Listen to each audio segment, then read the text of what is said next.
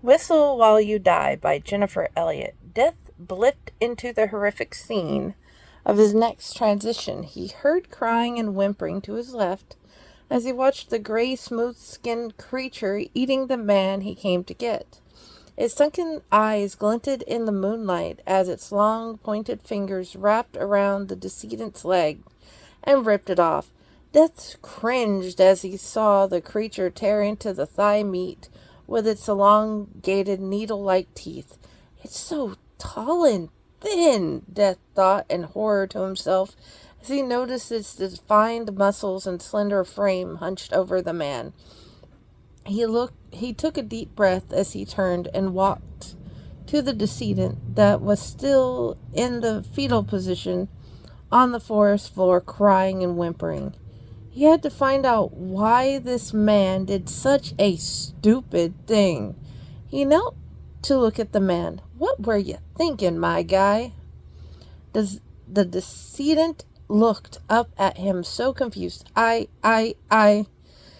thought and took a deep breath and tried again. It was all superstitious bullshit. "I knew it was stupid hillbilly nonsense, so I came to show everyone that it was." He seemed indignant as he stood up to look down into Death's face. Death raised back to standing to look down at the man's eyes.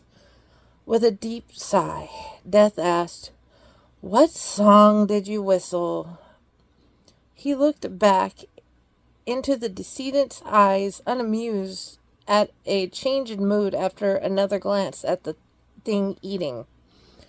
The mood changed to embarrassment as he replied, "The whistle song. I had got so into dancing to it as I sang and whistled, I did not notice that thing coming up beside me," he admitted, and then thought for a moment as he looked up at Death as Death rubbed his hand across his own face.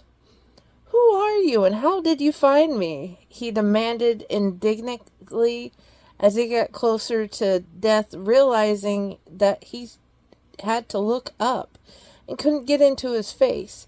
It didn't seem to like not being in charge or some man in a suit was questioning his actions. Death smirked down at the smaller man's face as he introduced himself. "Hello, Cooper Canfield. I am the Grim Reaper, also known as Death. I have come to guide you to the afterlife." Cooper stepped back stunned. He looked down at himself, looked back at the creature still gnawing away at his body. He nodded and looked at Death. "I don't understand." "I am dead, but a three-piece suit?"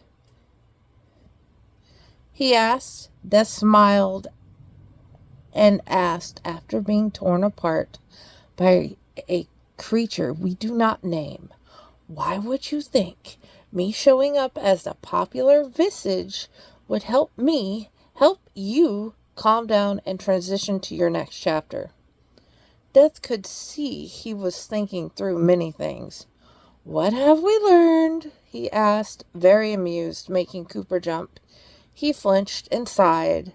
As he looked up at Death, he mumbled, "Superstitions are not bullshit." Good. "Are you ready?" Death asked as he waved his arm, making the portal to the afterlife appear.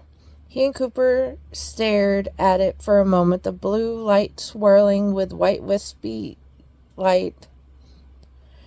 He gave an "after you" motion to Cooper. He saw his face light up as he stepped through. He had made sure Cooper made it through to his family and shut the portal.